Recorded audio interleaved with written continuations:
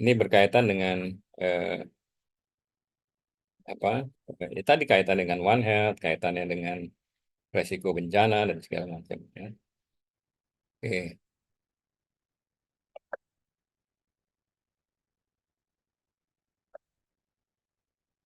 ya. Jadi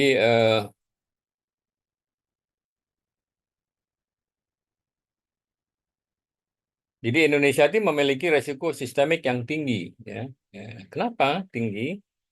Karena menyangkut yang berkaitan dengan stabilitas ekonomi. Nah, misalnya harga barang naik atau sedikit aja kita udah heboh kan. Kemudian sosial, ada keresahan sosial. Ya. Kemudian kesehatan masyarakat, lalu semacam ada bencana dan segala macam. Alasan mengapa Indonesia rentan terhadap resiko sistemik, karena lokasi kita, geografi kita terletak pada cincin api Pasifik. Bayangkan cincin api. Ya, jadi artinya setiap saat kita terjadi bencana. Hampir setiap hari kita dengar kan di Indonesia Timur, Barat, ya kemarin belum lama di apa di Sukabumi, ya kemudian di berbagai tempat ya. Kemudian keragaman budaya, ya ini juga kalau budaya kalau kita tidak saling paham terjadi ketidak pemahaman ya, keragaman budaya itu. Lalu ketimpangan ekonomi kita masih banyak, masyarakat kita yang keadaan ekonominya memang yang relatif masih kurang sehingga dapat dipicu sewaktu-waktu menjadi demonstran segala macam itu juga akan, dan sistem kesehatan kita yang masih belum belum belum settle ya, masih berkembang ya. Sistem kesehatan kita, lalu kemudian kita tergantung pada sumber daya alam, ya kan, sumber daya alam, lalu kemudian ketidakpastian politik dan kebijakan. Hari ini kebijakan seperti itu, besok ganti bupati, ganti gubernur beda lagi, paling ganti presiden nanti kan. Kemudian juga penyebaran informasi yang tidak terkendali, banyak hoax. Ini juga hati-hati, itu akan memicu instabilitas ya, baik dalam ekonomi, sosial maupun kemasyarakatan ya. Dan kesehatan masyarakat kita juga masih mengalami penyakit menular maupun tidak menular ya. Ada penyakit-penyakit yang tidak bisa sembuh atau muncul terus ya. Seperti diare akan muncul terus, itu akan, kalau itu menjadi anu menjadi di setiap lokasi ada diare akan menjadi keresahan masyarakat kan. Apa itu resiko sistemik ya? Resiko sistemik itu merujuk pada ancaman yang mempengaruhi sistem secara keseluruhan, di mana gangguan pada satu elemen dapat memicu efek domino yang mengancam keberlanjutan sistem lain yang saling terhubung. Ya, jadi seperti mobil lah ya, kalau begitu akinya nggak jalan, di starter bagaimanapun nggak bisa bunyi kan, atau mobil yang kehabisan bensin, ya kan, itu akan habis kan gitu. Dalam konteks sosial, ekonomi, risiko ini sering disebabkan oleh bencana alam, krisis kesehatan, ketidakstabilan politik, atau gangguan ekonomi global, krisis. Ya. Krisis ekonomi kita sudah mengalami krisis tahun 78. Ya. Kemudian sebelumnya tahun 65-an itu dulu ada pemotongan uang kan dari 1.000 menjadi Rp1. Itu kan jadi akhirnya di komunitas risiko sistemik dapat terlihat ketika bencana alam atau wabah penyakit berdampak luas pada masyarakat hingga sektor ekonomi, sosial, ya dan lingkungan ikut terganggu. Heboh semua kan kalau terjadi bencana itu. Karena sistem kita masih berkembang dan sistem kita belum bisa cepat terhadap goncangan-goncangan seperti itu. Ya. Lalu bagaimana solusi mengatasi risiko sistemik? Tentu harus ada perencanaan yang berbasis risiko. Apakah di daerah kita sudah menyusun strategi yang mempertimbangkan potensi risiko, seperti rencana kontingensi atau rencana pemulihan? Ya, ya misalnya di daerah pesisir atau di daerah pegunungan atau di daerah longsor banyak, tentu kita harus eh, kabupaten atau kota ya seperti di Manado pernah banjir gede-gedean kan di Manado itu ya, itu nggak kepikir kan sampai ada banjir bandang seperti itu. Kemarin di Sukabumi ada banjir bandang tiba-tiba kan. Dari mana itu kan begitu ya. Misalnya kemarin lagi ada di Kediri misalnya banyak di kota Kediri angin puting beliung kemana-mana jadi merusak. Nah, risiko-risiko itulah yang harus diperhitungkan di dalam perencanaan. Ya. Ya, termasuk juga untuk memulihkan. Jadi kalau terjadi itu, lalu bagaimana pemulihannya? Tentu ini harus disediakan alokasi anggarannya. Ya. Anggaran itu bukan hanya untuk supervisi, tapi justru bagaimana menangani akibat resiko yang timbul. Kemudian yang kedua, penguatan jaringan sosial.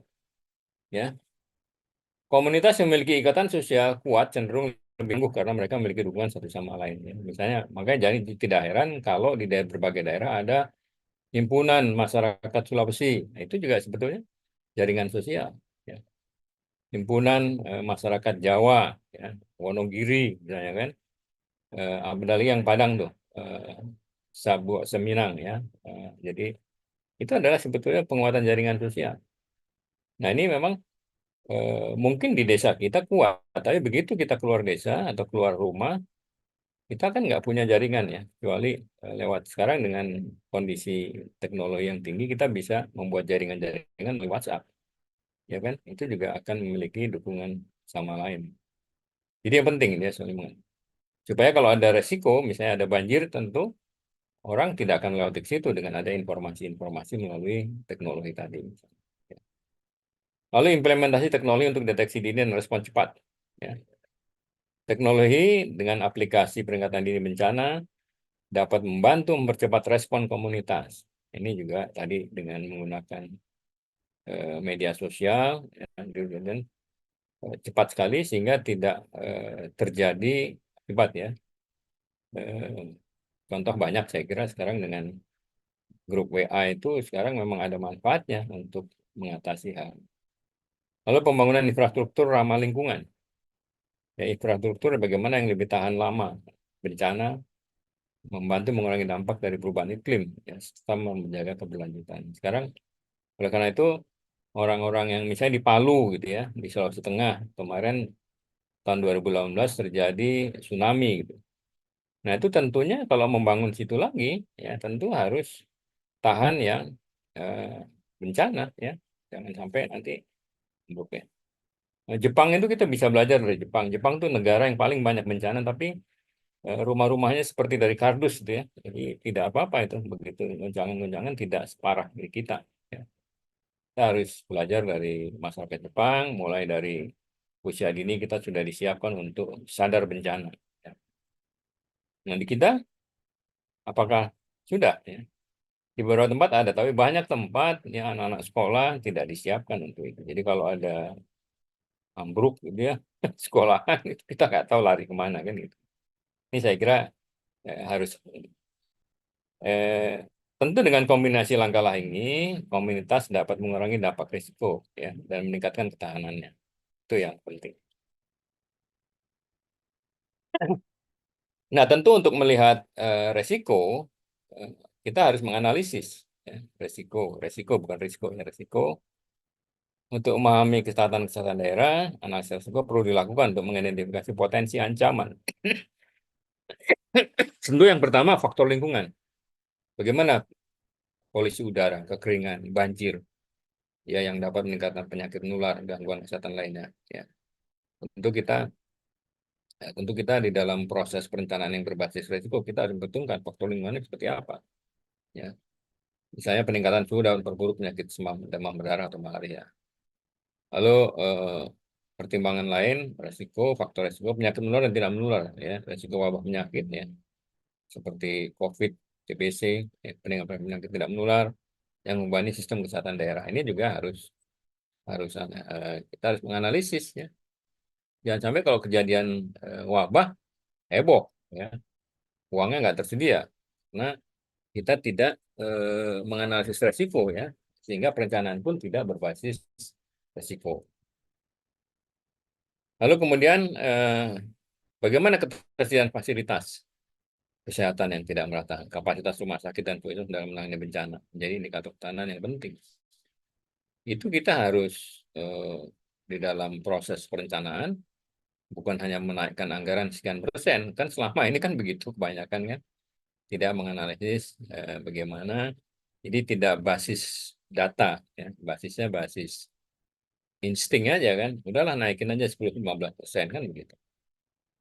Saya pengalaman di kabupaten dulu ya, banyak seperti itu, jadi akhirnya semakin di sini kita harus semakin wise bahwa perencanaan itu memang harus dipertimbangkan faktor-faktor risiko ya.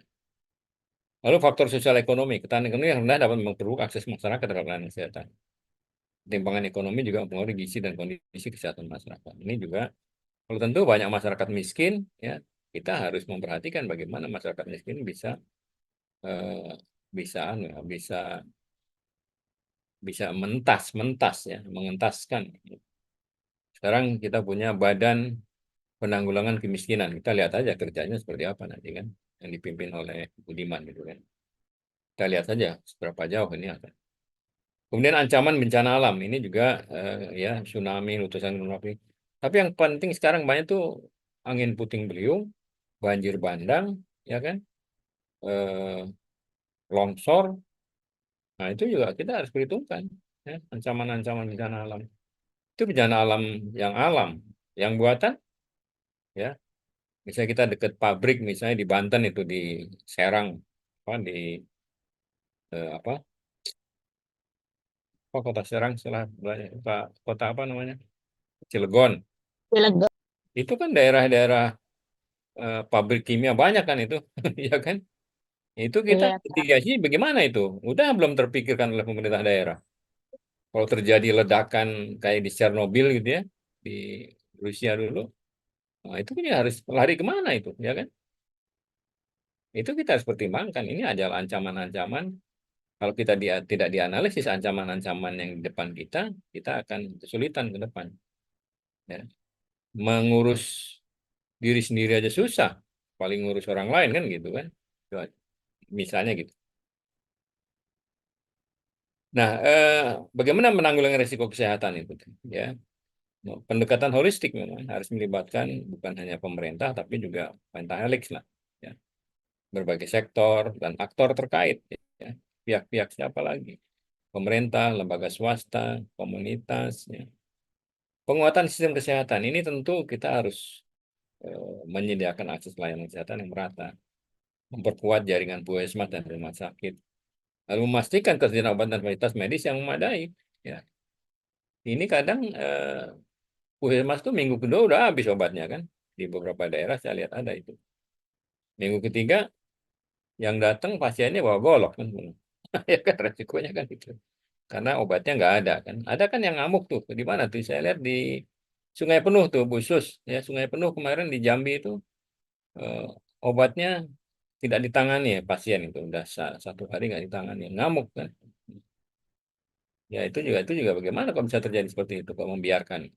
Nah, kasus-kasus seperti itulah yang harus kita jangan kita pelihara, justru kita hindari kan. Lalu pengembangan infrastruktur kesehatan, ya, membangun dan perbaiki fasilitas kesehatan daerah, ya terpencil, rawan bencana, termasuk penyediaan fasilitas air bersih, sanitasi, dan pengelolaan limbah yang baik. Ini tanggung jawab siapa? Tanggung jawab pemerintah lah tentunya, kan, pengembangan infrastruktur kesehatan, penguatan sistem kesehatan, ya, dengan melibatkan masyarakat. Lalu mitigasi risiko bencana, melakukan penelitian dan pengembangan tentang mitigasi risiko bencana, termasuk adaptasi terhadap perubahan iklim. Perubahan iklim ini sekarang dahsyat sekali, ya makin di sini makin repot kita. Kita nggak pernah dengar ada puting beliung ya sampai eh, ngangkat rumah dan segala macam. Jarang. Ya. Dan penyakit-penyakit yang terkait dengan bencana. Ya. Bagaimana sistem pra bencana, saat bencana dan pasca bencana itu harus direncanakan, harus dianukan baik. Karena kan kita ada bencana kan heboh akhirnya. Sistemnya sudah ada, tapi nggak jalan, ya kan? Karena antar sektor itu kadang pengen tampil sendiri, kan gitu. Jadi, ya mudah-mudahan dengan ada setiap daerah ada BPBD itu memang bisa nih. Ya. Lalu juga harus mengembangkan sistem pemantauan kesehatan, sistem pemantauan kesehatan berbasis data untuk mendeteksi dan jadi dengan apa GMAP ya, dengan map kita bisa membuat sekarang aplikasi-aplikasi untuk memantau, misalnya Puskesmas A sampai Z, kita sudah bisa kenali di sana ada risiko apa saja di daerah kecamatan sana. Dan untuk eh, tidak lagi kita hanya menunggu laporan tertulis, tapi dengan aplikasi-aplikasi kita bisa cepat. Itu sekarang modelnya kan begitu cepat, tepat, responsif. Lalu tentu yang tidak bisa kita hindari ada edukasi dan pemberdayaan masyarakat. Masyarakat harus siap menghadapi dan mengatasi berbagai ancaman kesehatan. Ini edukasi terus-menerus gitu ya. Masyarakat ini kalau nggak diedukasi nggak ngerti. Yang sering diedukasi aja kadang suka lupa. Gitu. Nah ini adalah tugas puskesmas yang paling dekat dengan masyarakat kan. Tentu di backup oleh dinas kesehatan untuk mengedukasi terus dalam situasi darurat maupun dalam kehidupan sehari-hari ini. Misalnya PHBS ya. Itu kan sebenarnya penguatan-penguatan kesehatan kan. Itu ya. Lalu bagaimana peran pemerintah dalam mengurangi resiko sistemik? Pemerintah harus mengeluarkan regulasi ya, dan kebijakan ya, setiap sektor supaya bisa beroperasi sesuai standar, menghasilkan dapat melakukan seluruh sistem. Nah ini yang harus kita sadari bahwa belum semua pemerintah daerah ya bahkan pemerintah provinsi dan pusat masih bebenah terus untuk bagaimana karena pusat semakin ke atas ini kan semakin luas jangkauan. Jadi kebanyakan pusat yang umum, tapi begitu sampai ke provinsi dan kabupaten harus mengenali daerahnya masing-masing. Nggak bisa lagi, ibaratnya jarum jatuh pun harus kenal, kan harus tahu di puskesmas itu kan, misalnya. Jadi nggak mungkin juga diteropong oleh pusat kan. Oleh karena itu kebijakan regulasi ini memang masing-masing level ini harus sesuai ya. Kalau di level pusat yang umum ya, yang garis-garis besar, kemudian yang di provinsi mencakup berbagai antar daerah kabupaten. Untuk kabupaten lebih operasional, kan? Bagaimana kebijakan yang operasional yang bisa dilaksanakan oleh Puskesmas, oleh jajaran OPD yang lain untuk di sekitar itu ya. Eh, Kemudian juga yang penting juga peran kita pengawasan penegakan hukum. Ya. Jadi bagaimana pengawasan kita terhadap pelaksanaan kebijakan dan penegakan hukum, memberikan kepastian bahwa semua aktor memiliki tanggung jawab mereka. Ini adalah penting ya kadang-kadang kan ada sektor yang nyeleweng tidak melakukan tugas tupoksi yang sesuai tapi dia mengerjakan tupoksi yang lain. Nah, ini harus bagian hukum di daerah itu ya atau biro hukumnya atau apa apa, apa ya biro hukum ya kalau di daerah ya atau inspektorat gitu ya. Kaitan inspektorat kan bukan hanya soal uang tapi juga penegakan bagaimana program-program yang dibuat oleh pemerintah daerah masing-masing harus jalan sesuai dengan aturan kan gitu. Kemudian tentu yang penting juga ada edukasi ya kampanye kesadaran untuk masyarakat ini juga peran pemerintah ya untuk meningkatkan kesadaran masyarakat terhadap resiko-resiko sistemik ya seperti kesehatan, keamanan finansial. Nah, ini adalah resiko-resiko yang ini. Jadi sebetulnya kita semua berkaitan ya apa, peningkatan ekonomi ya kemudian apa pengembangan apa, UMKM dan segala itu sebetulnya untuk meningkatkan penguatan sebetulnya masyarakat supaya tahan, ya, tahan di bidang ekonomi, sosial, dan kesehatan. Lalu pemerintah juga harus menginvestasi infrastruktur, ya, mengembangkan infrastruktur seperti sistem kesehatan yang kuat, mitigasi bencana, teknologi yang mendukung respon cepat.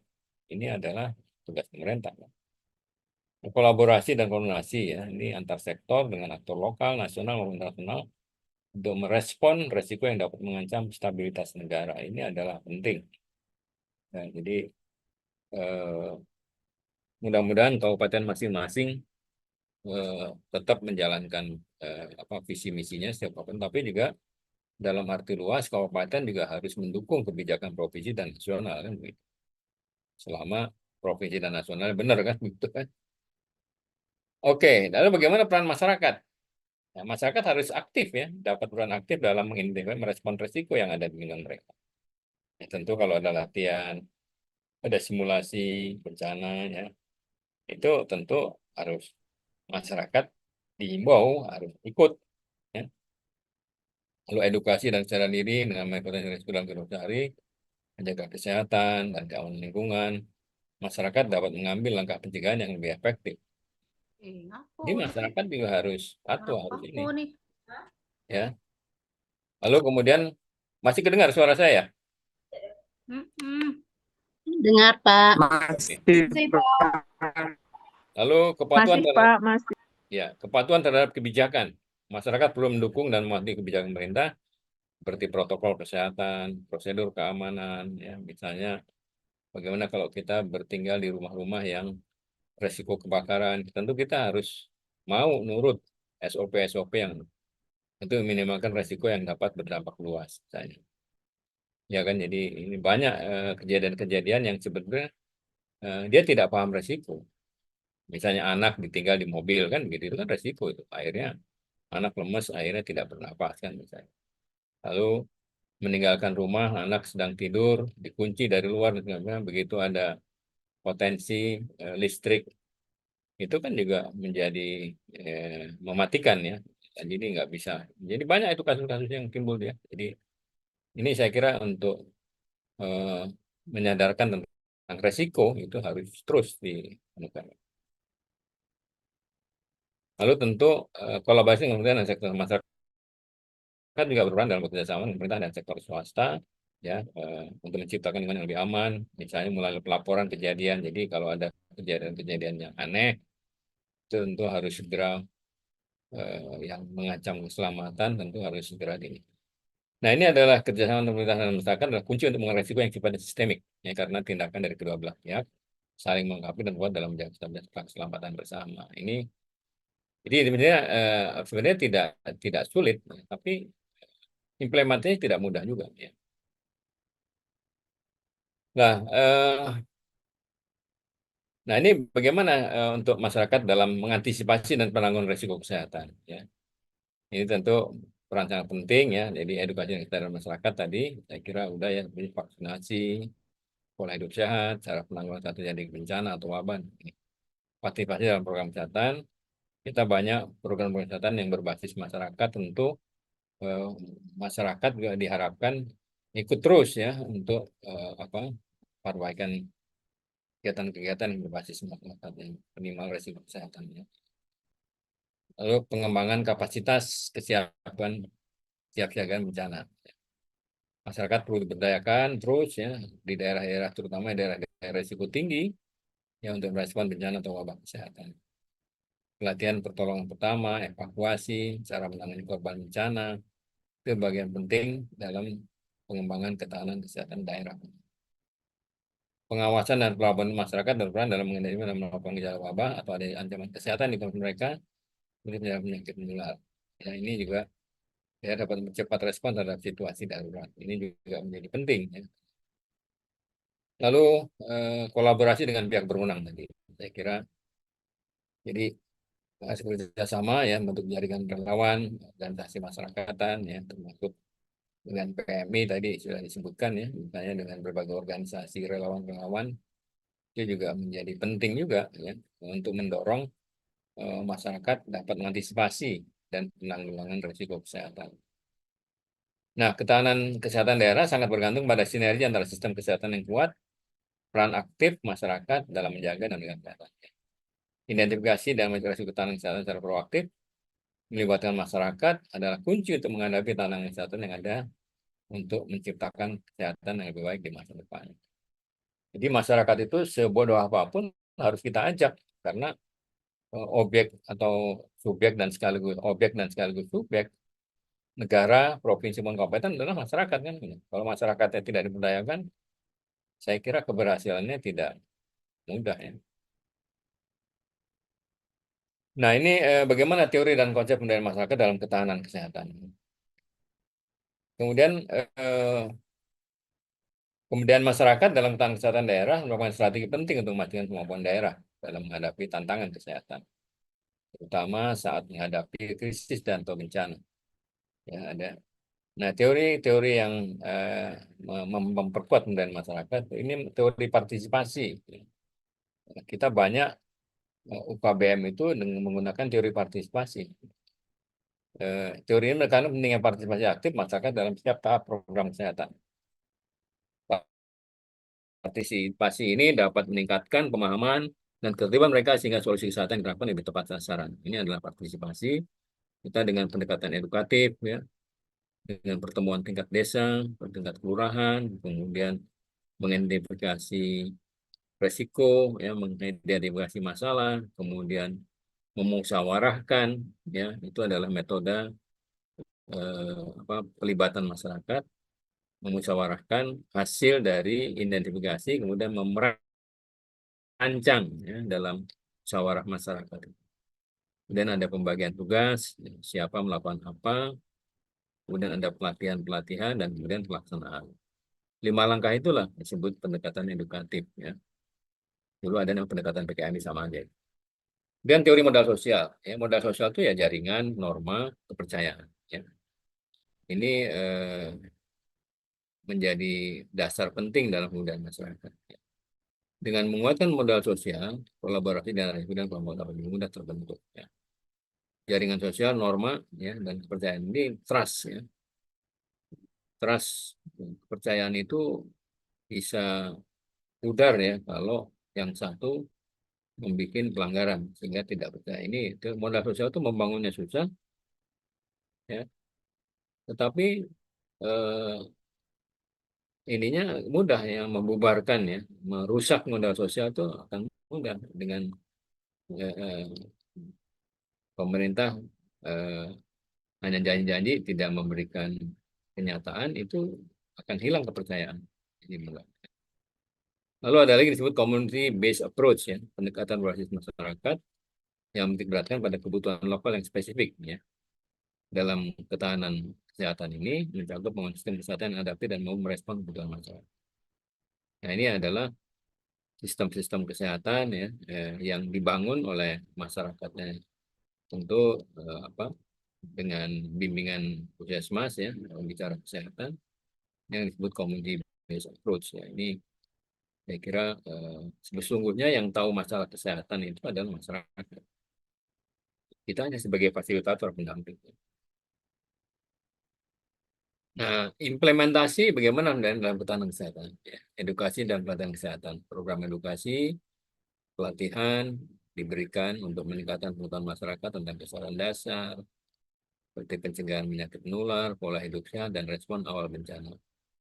Syukur kalau kita bisa mengajarkan bagaimana saat bencana dan pasca bencana. Mungkin pada dan mungkin pada bencana yang penting, ya. Kalau pasca bencana juga bisa partisipasi masyarakat, tapi lebih banyak pada aspek-aspek kerusakan lingkungan biasanya, ya. Kalau kolaborasi, ya, Pentahelix, ya, ini tentu melibatkan komunitas, ya, dalam kebijakan program kesehatan. Pentahelix kan ada 5, ya, pemerintah, swasta, komunitas, akademisi, dan media. Ini juga menjadi, Anda bisa contoh nih, Pentahelix di beberapa daerah kabupaten banyak yang berhasil.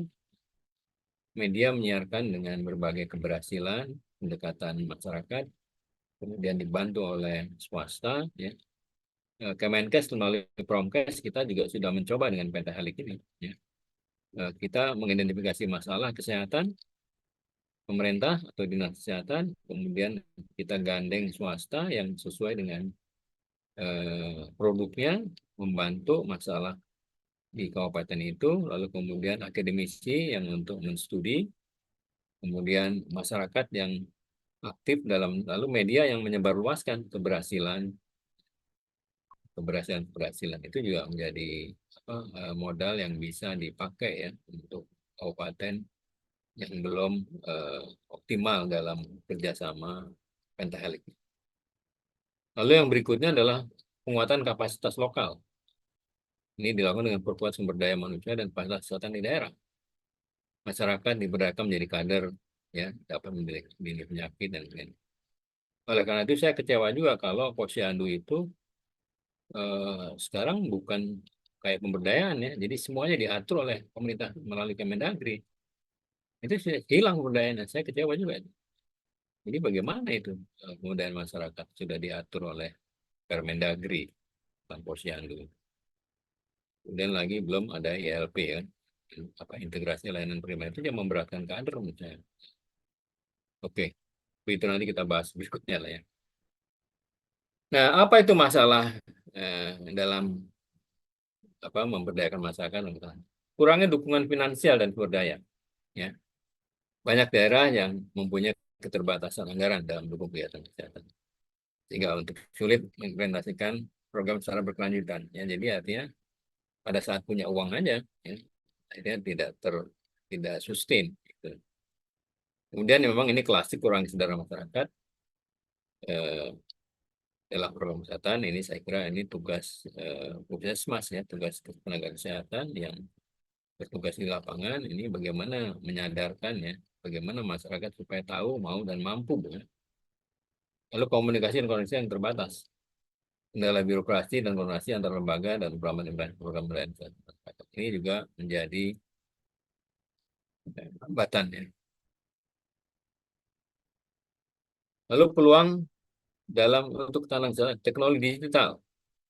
Pengembangan teknologi seperti aplikasi kesehatan dan media memberikan peluang untuk menjangkau lebih banyak masyarakat dengan informasi yang tepat. Jadi, saya kira dengan teknologi digital ya, dengan sosial media itu sangat bermanfaat ya untuk membangun partisipasi masyarakat meskipun secara daring ya, tapi itu juga akan dapat digerakkan begitu ya. Pintar-pintar kita tenaga lapangan yang bisa membangun partisipasi melalui grup WA misalnya kan. Contoh kalau ada orang yang kesusahan ya dengan grup WA tuh uang cepat terkumpul ya untuk menyumbang supaya dia meringankan beban yang mendapatkan musibah. Itu kan sebenarnya contoh-contoh konkret ya. Lalu dukungan kebijakan pemerintah, semakin banyak kebijakan pemerintah yang mendukung kemudahan masyarakat dalam bidang kesehatan termasuk kebijakan berbasis pendekatan pentahelix. Saya kira saya tidak tahu adakah kabupaten yang eh, tidak mau ya dibantu oleh masyarakat juga. Lalu kolaborasi dengan sektor swasta, dengan melibatkan sektor swasta, kemudian kesehatan dapat memperoleh sumber daya tambahan dalam bentuk dana, teknologi maupun itu tadi pentahelik tadi kolaborasi kan tadi yang saya contohkan. Kita sudah punya MOU antara kita dengan apa swasta, kita juga dengan berbagai organisasi kemasyarakatan LSM. Tiga pihak itu tambah akademi dan tambah media kita bekerja sama pentahelik menyelesaikan masalah. Misalnya perusahaan Fix Popuruk itu membantu Posyandu yang di Kerawang ya. Karena pabriknya di daerah sana misalnya. Lalu di daerah-daerah Kalimantan yang berkaitan dengan Rio Tinto ya eh, yang untuk pencegahan TB atau malaria itu juga cukup banyak yang terbantu. Itu adalah ini ilustrasi saya minta gambarkan oleh ChatGPT bagaimana penguatan dari masyarakat dalam ketahanan kesehatan dan lain. Banyak seperti ini nih. Luar biasa ya jaringannya ya. Ini contoh di satu wilayah lah ya. Ada luar biasa kalau masyarakatnya yang seperti ini bisa dibangun ya, dengan koordinasi yang ini. Jadi ya, oke. Lalu bagaimana langkah membangun ketahanan komunitas, ya, community resilient, ketahanan. Tentu yang pertama peningkatan kesadaran pendidikan masyarakat. Edukasi tentang mitigasi bencana, perubahan iklim, dan langkah pencegahan perlu ditingkatkan. Hal ini dapat dilakukan melalui pelatihan kesiapsiagaan dan kampanye pengenalan. Jadi langkah ya, peningkatan kesadaran. Jadi pertama adalah peningkatan kesadaran, edukasi. Yang kedua, penguatan infrastruktur. Ya. Kita sudah menyadarkan masyarakat kalau infrastrukturnya jelek, sistem kesehatannya nggak kuat, juga repot juga nanti. Ini langkah supaya masyarakat agar siap. Jadi kalau ada terjadi apa-apa, dia bisa. Lalu kemitraan antara pemerintah, swasta, masyarakat, pentahelik, ya, kolaborasi. Lalu tentu yang ketiga adalah di keempat, diversifikasi ekonomi. Dengan memiliki sumber pendapatan yang beragam, komunitas lebih mampu bertahan ketika satu sektor terganggu. Jadi diharapkan di dalam kehidupan masyarakat setempat harus ada diversifikasi ekonomi. Misalnya kalau di daerah itu hanya menggantungkan pada sektor pertanian, gitu. Bertani semua kan. agak terganggu. Begitu ada hama, repot kan. Ada hama, ada ada bencana banjir, ya misalnya, atau ada hama wereng dulu kan, itu akan terganggu. Tapi kalau dia ada yang warung, ada yang bekerja pedagang, misalnya, itu akan memperkuat gitu, ya, sektor komunitasnya. Jadi berikutnya adalah membangun ketahanan komunitas, ya.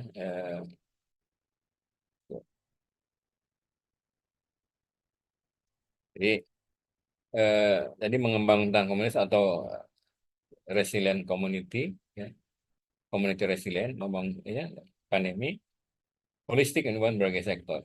Peningkatan edukasi dan kesehatan masyarakat. Tentu ini menyediakan program pendidikan yang fokus pada kesehatan, siap siaga bencana, dan pentingnya vaksinasi. Jadi itu yang kampanye kesehatan tentang tindakan preventif, mencuci tangan, menjaga kebersihan lingkungan, ya, PHBS, dan pentingnya menjaga imunitas. Kemudian yang berikutnya adalah pembangunan sistem kesehatan yang tangguh, memastikan fasilitas kesehatan tersedia dan mudah diakses, termasuk daerah terpencil. Ya, dengan adanya JKN itu membantu sebetulnya. Meningkatkan kapasitas rumah sakit, tenaga medis, sumber daya seperti peralatan medis. Menyusun protokol yang jelas untuk penanganan situasi darurat. Jadi siapa berbuat apa, sistemnya bagaimana, mekanisme seperti apa, sumber dayanya, sumber tenaganya siapa, biayanya dari mana, itu tentu harus, ya. Jadi ketahanan komunitas itu bukan komunitasnya, tapi pemerintah banyak berperan untuk membangun ini. Lalu yang ketiga, pemahaman teknologi untuk monitoring dan komunikasi. Menggunakan teknologi seperti aplikasi mobile untuk pelaporan kesehatan, sistem monitoring epidemiologi untuk mendeteksi dini dan melacak penyebaran penyakit. Lalu yang keempat, kolaborasi multisektor, pendekatan One Health. Ya, ya memang betul. Ya, One Health itu hanya menjadi isu, ya, penting di dalam membangun ketahanan komunitas. Untuk mengatasi interaksi antar hewan di lingkungan, program lintas sektor dan penyakit aman dan membantu mencegah penyebaran penyakit yang berbasis hewan binatang, zoonosis. Lalu tentu yang kelima, membangun ketahanan ekonomi, ya. Jadi bagaimana memberikan dukungan ekonomi bagi masyarakat yang terdampak seperti bantuan sosial, ya, terutama selama pandemi atau bencana, ya. Lalu mendorong masyarakat berwirausaha, memiliki keterampilan mandiri agar dapat beradaptasi dalam situasi yang sulit. Lalu tentu yang berikutnya adalah penguatan kebijakan regulasi terkait kesiapsiagaan, menyusun kebijakan mendukung kesiapsiagaan dan mitigasi bencana, standar protokol kesehatan, ya, regulasi penanganan bencana, kerangka hukum yang jelas, berarti mungkin tanggapan cepat terhadap pandemi atau bencana yang tidak terduga. Ini adalah penting, ya. Oh, ya. Lalu yang berikutnya adalah dalam membangun ketahanan komunitas melibatkan tokoh masyarakat dan organisasi lokal dalam sosialisasi, edukasi, serta penanganan bencana. Ini harus, eh, tenaga lokal ini harus dilibatkan betul. Membangun jaringan relawan lokal yang terlatih untuk merespon situasi darurat. Lalu dukungan psikososial untuk mengatasi dampak mental dan sosial. Program dukungan, ya, pelatihan, edukasi kesehatan mental. Ini biasanya orang kalau terkena dampak itu stres, ya. Kemudian akhirnya terjadi masalah-masalah sosial, ya. Nah, tantangannya dalam membangun komunitas, ketersediaan sumber daya manusia, sumber daya, ya. Komunitas rentan sering memiliki akses terbatas pada sumber daya. Jadi ada tantangannya kelemahan infrastruktur dalam kesehatan akan memperparah dampak bencana infrastruktur. Misalnya puskesmas, ya, nggak ada kendaraan, nggak ada alat yang bisa ini, akhirnya menjadi memperlemah.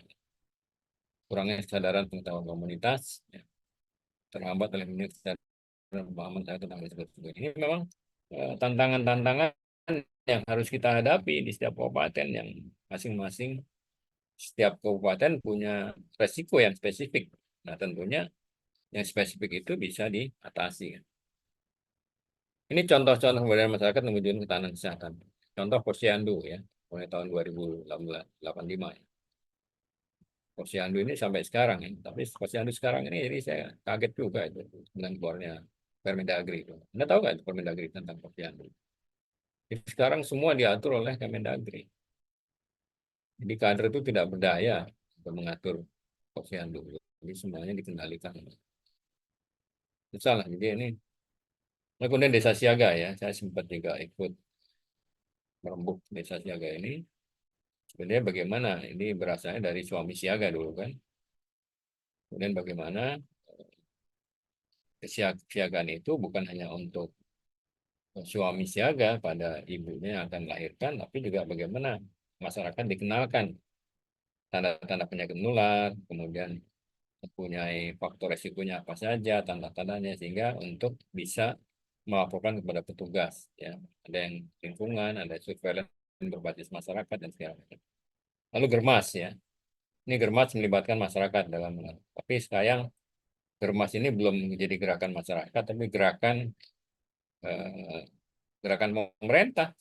Kalau nggak ada digerakkan, udah senam gitu ya. Ini sampai sekarang udah 7 tahun begitu-gitu aja kan. Belum masyarakat masih ini tentu harus terus menerus ya digaungkan. Ya. Kan sebenarnya untuk meningkatkan aktivitas fisik ya, lalu menurunkan resiko ya, pangan yang segala macam ada lima atau kelompok aja ya, apa lima atau klaster ya. Itu juga. Lalu ada contoh-contoh lain di negara lain ya. Saya coba sempat mengidentifikasi ini memperkuat ketahanan kesehatan. Di Thailand ya, Volunteer Health Program saya sempat ke sana melatih sukarelawan dari masyarakat untuk menjadi tenaga kesehatan bisa memberikan layanan dasar seperti sebenarnya kader. Ya. Ini adalah sebenarnya sama dengan Volunteer Health Program ya. Tapi di sana memang karena penduduknya juga tidak sebanyak Indonesia, cukup berhasil ya. Kita juga berhasil. Posyandu itu bisa menjadi dicontoh oleh berbagai negara. Program ini membantu masyarakat pedesaan untuk mengakses layanan kesehatan jauh dari pusat-pusat medis utama. Jadi eh, tenaga masyarakat dilatih untuk memberikan layanan dasar. Ini adalah tentu ini dikasih honorarium ya, yang tidak sejalan, tidak sama dengan petugas kesehatan beneran. Ini di Bangladesh ada yang disebut Bangladesh Rural Advancement Committee ya.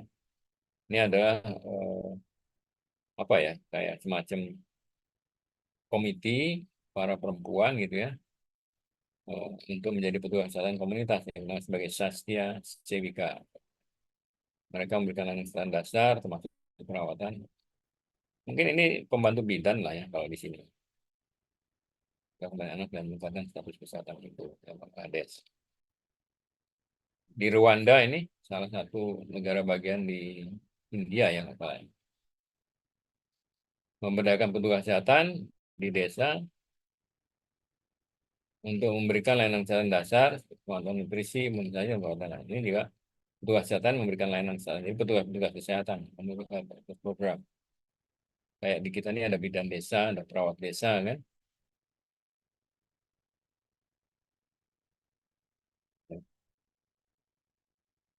Jadi Rwanda berhasil melakukan kemampuan itu. Jadi untuk memastikan penjangkauan layanan kesehatan ini adalah kayak di kita ada bidan di desa, kalau di Jawa Timur kan ada perawat desa itu. Ya. Tempat lain ada juga yang lain, ini ada sama seperti itu. Sebenarnya banyak yang banyak contoh dari kita, kemudian dicontoh oleh mereka gitu. Di India itu ada yang disebut ASA ya, Accredited Social Health Activities, tipis ya. Perempuan yang karena perempuan itu memang dilibatkan itu dalam kesehatan. Sebagai petugas kesehatan desa, ini mendukung akses masyarakat ke fasilitas kesehatan dan memberikan edukasi tentang kesehatan. Jadi ini kader juga sebetulnya. Kemudian bantu meningkatkan perlibatan masyarakat di isu kesehatan dengan indikator kesehatan.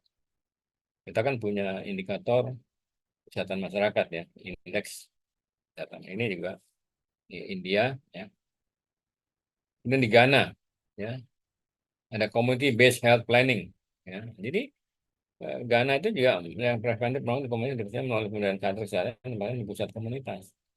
Ini kader kesehatan ini bertugas memberikan edukasi tentang perilaku hidup sehat, imunisasi, perawatan ini mungkin masyarakat yang jauh dari kesehatan melakukan layanan. Jadi eh, ya dilibatkan menjadi petugas kesehatan, pembantu petugas kesehatan. Ya, sebenarnya pemberdayaan masyarakat. Di Brasilia, Community Health Agent Program ini menjadi bagian dari program kesehatan nasional yang pekerjaan petugas kesehatan dari masyarakat. Ya, jadi kader juga sebetulnya. Mereka juga mengunjungi rumah tangga, edukasi. Nah, kita kan punya indeks keluarga sehat ya, yang kita kan juga punya yang setiap petugas puskesmas harus mendatangi mengunjungi rumah. Ini sama nih. Ya, jadi, tapi kalau ini petugas yang eh, petugas kesehatan dari masyarakat, ya tokoh yang dilatih, kemudian dia bisa mengunjungi. Ya, sebenarnya di kita hampir sama ada lah, tokoh-tokoh masyarakat dilibatkan untuk apa, dikunjungi ya, kan ada program keluarga sehat. Udah jadi itu. Salah. Nah ini apa yang bisa diperoleh dari kasus ini? Tentu pentingnya pelatihan dan insentif ya, insentif. Dia menunjukkan bahwa pelatihan dan saya finansial maupun nasional dapat meningkatkan efektivitas program. Jadi insentif itu bukan selalu dari bentuk uang ya, tapi juga dalam bentuk reward, dalam bentuk penghargaan. Kita juga kader kan gitu. Kalau dulu kan kader memang tidak bisa dikasih, tapi sekarang banyak kader diambil dari dana desa untuk diberikan honor. Kan. Meskipun tidak memadai kan, mungkin 100.000 sebulan kan itu kan. Tapi sudah mulai lah. Apa? Lalu kolaborasi dengan pemimpin lokal, dukungan dari tokoh masyarakat, pemimpin lokal membantu mendengarkan masyarakat ada program, terutama jika ada hambatan budaya. Lalu kemudian pemahaman teknologi untuk sosialisasi dan edukasi, teknologi seperti media sosial, aplikasi, atau perangkat seluler dapat membantu menjalankan informasi kesehatan lebih luas seperti pada program Germas di Indonesia. Itu yang dan kebijakan yang mendukung, dukungan kebijakan pemerintah pusat hingga daerah pada program di Rwanda maupun ASA di India menjadi kunci agar program berjalan secara baik. Jadi kesusahan mereka dalam ketahanan kesehatan daerah merupakan pendekatan yang aktif, adaptif terhadap kondisi dan budaya lokal. Jadi memang pendekatan budaya itu menjadi penting. Kita nggak ada Kemenkes melakukan, tinggal kita bagaimana mengimprovisasi implementasi program-program di daerah itu harus pendekatan budaya. Oke, itu yang ingin saya sampaikan ya. Ini ada beberapa pengertian, kita bisa tanya ya, bisa saya dibaca aja dulu ya.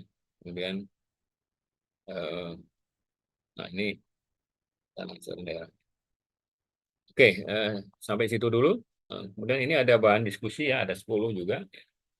Saya minta 5 orang per kelompok ya, seperti yang kemarin. Yang pertama, indeks risiko sistemik dalam penanganan kesehatan daerah, maksudnya risiko sistemik. Bagaimana dampak ketidakstabilan politik? Ya, mungkin bisa dilihat kasus kabupaten tertentu ya, sehingga ada basisnya gitu ya. Strategi penilaian risiko kesehatan, apa pendekatan terbaik untuk melakukan analisis risiko ketahanan kesehatan? Bagaimana integrasi data epidemiologi sosial yang dalam penilaian risiko? Lalu yang ketiga, peran teknologi dalam analisis risiko ya, sistemik. Bagaimana teknologi digital dapat membantu menganalisis risiko kesehatan? Diskusikan penggunaan big data, AI, dan GIS dalam mitigasi risiko kesehatan.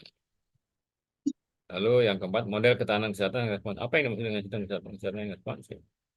Bagaimana pendekatan berbasis komunitas dapat mendukung respon yang cepat terhadap bencana kesehatan? Lalu yang kelima, pendekatan multisektor dalam penguatan ketahanan. Jelaskan pentingnya pendekatan multisektor dalam mitigasi risiko ketahanan kesehatan. Bagaimana koordinasi lintas sektor?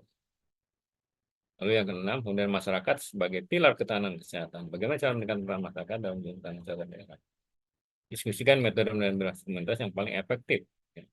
Tentu ini saya harapkan Anda juga membaca jurnal, membaca bahan-bahan materi yang lainnya. Tantangan dan peluang dalam penguatan ketahanan kesehatan daerah. Apa saja tantangan utama dalam ketahanan kesehatan? Bagaimana peluangnya? Tadi sudah saya sampaikan sedikit. Pengembangan sistem early warning untuk risiko kesehatan. Bagaimana cara membangun sistem early warning untuk mendeteksi risiko kesehatan? Implementasi sistem peringatan ini pada kejadian luar biasa. KLP. Ya, misalnya Anda lihat saja di kabupaten mana yang. Dan yang kesembilan, ketahanan kesehatan berkelanjutan ya di era perubahan iklim. Bagaimana perubahan ini mengaruhi risiko kesehatan masyarakat. Apa langkah yang dapat diambil untuk memastikan ketahanan kesehatan berkelanjutan? Ini yang penting. Bagaimana Pak Subuh waktu itu sudah menyampaikan tentang bagaimana peran Pemda dalam eh, memastikan ketahanan kesehatan yang berkelanjutan. Peran pendidikan dan literasi kesehatan dalam pemberdayaan masyarakat. Bagaimana pendidikan dan literasi kesehatan mendukung ketahanan kesehatan, studi kasus, kampanye kesehatan, vaksin komunitas untuk mengendalikan penyakit. Itu mungkin setiap kelompok ya ini. Jadi saya kira kalau ada lebih dari 50 berarti kelompok 11 nomor 51 sampai 55 dan seterusnya ya. Ini saya harapkan terima kasih dan tetap semangat dan ceria ya. Oke, saya kira itu yang ingin saya sampaikan. Waktu sudah jam 5 ini lewat ya. Kalau Anda mau tanya boleh, mau ada komentar. Ya, ini memang dua topik saya satukan ya. Mudah-mudahan Anda bisa nangkap kayak ini. Terima kasih. Assalamualaikum warahmatullahi wabarakatuh. Waalaikumsalam warahmatullahi Waalaikumsalam wabarakatuh. warahmatullahi wabarakatuh. Wabarakatuh. Sore, Terima kasih, Pak. Pak. Ya, Makasih Pak, Makasih, jangan Pak. lupa absennya Pak. oh ya, ya, ya. Makasih, Pak. Wah ini Pak Laude ada di Mesir nih. Lagi ngapain ini? Ada yang bertanya? Ketua kelas ada yang tanya nggak? Jadi nanti kita atur ya ujiannya kapan nanti saya beritahu ya. Ujian UAS-nya ya. Begitu. Ya, Pak. Ya, Pak. Dari bahan-bahan yang ada, Ujian kemudian Anda bisa. eh, saya coba buka dulu ini ya, absennya ya. materi.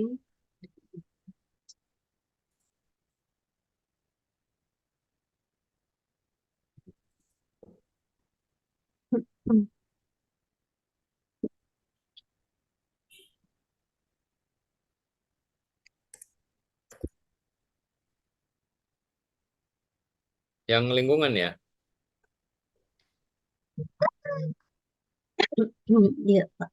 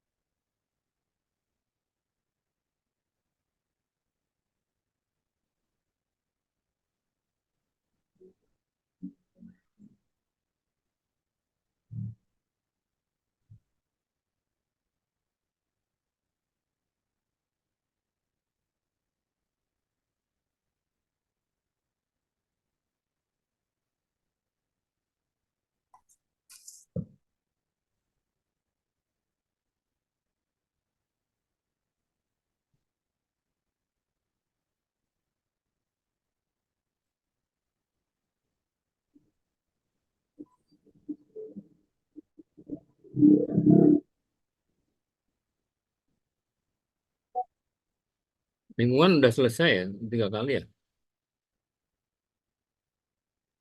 Ya, Pak. Terima kasih banyak, Pak. Ya, bukan ini apa, lingkungan udah habis nih. Ya. Terus apa yang belum nih? Mau saya cari dia yang masih kosong. Ilmu sosial, Pak. Sosial ya? Ilmu sosial dan perilaku. Itu yang belum. Oke, ini aja ya. Jadi mulai presensi tuh, sudah saya buka. Em, Terima kasih, Pak.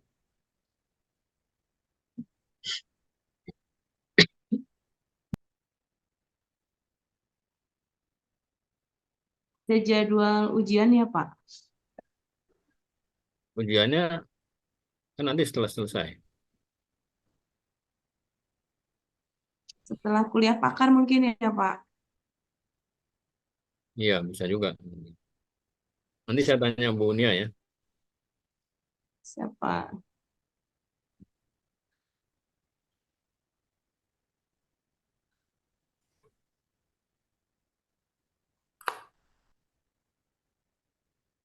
Udah dibuka, bisa buka belum? Belum, Pak. Belum, Pak.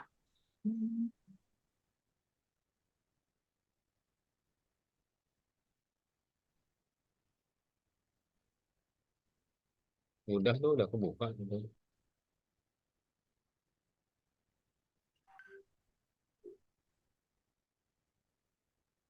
Udah mulai tuh. Sudah, Pak. Udah bisa dibuka ya? Di Siap sudah, Pak. ilmu sosial ya. Ya, siap sudah.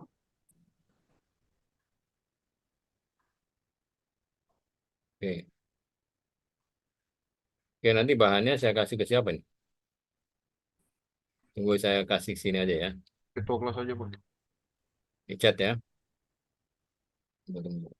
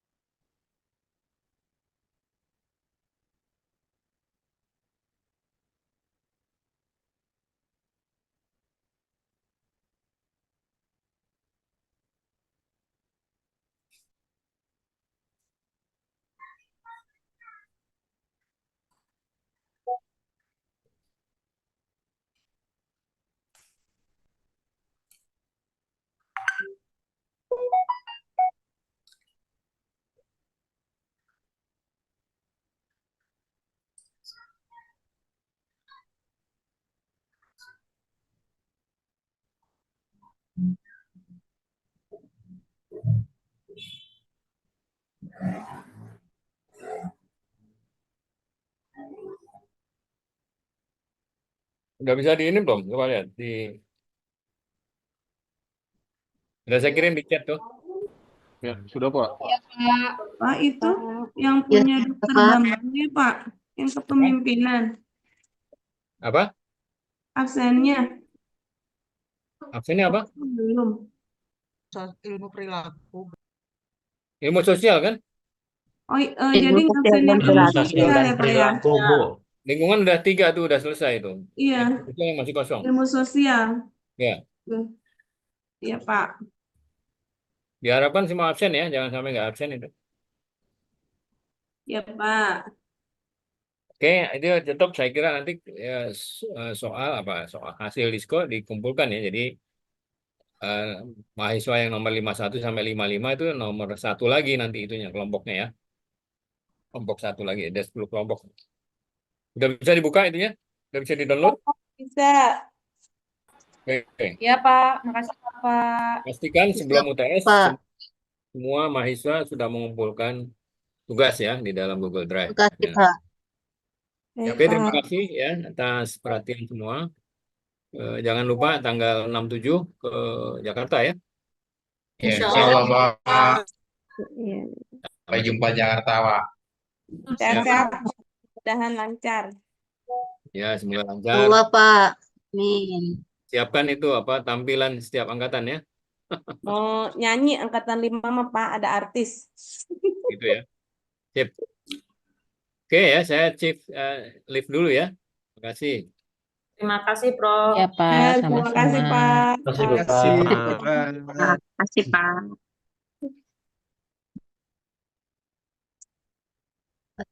Terima kasih, Pak.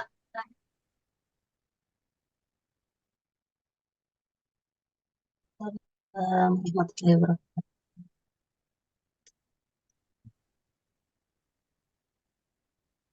Terima kasih izin live.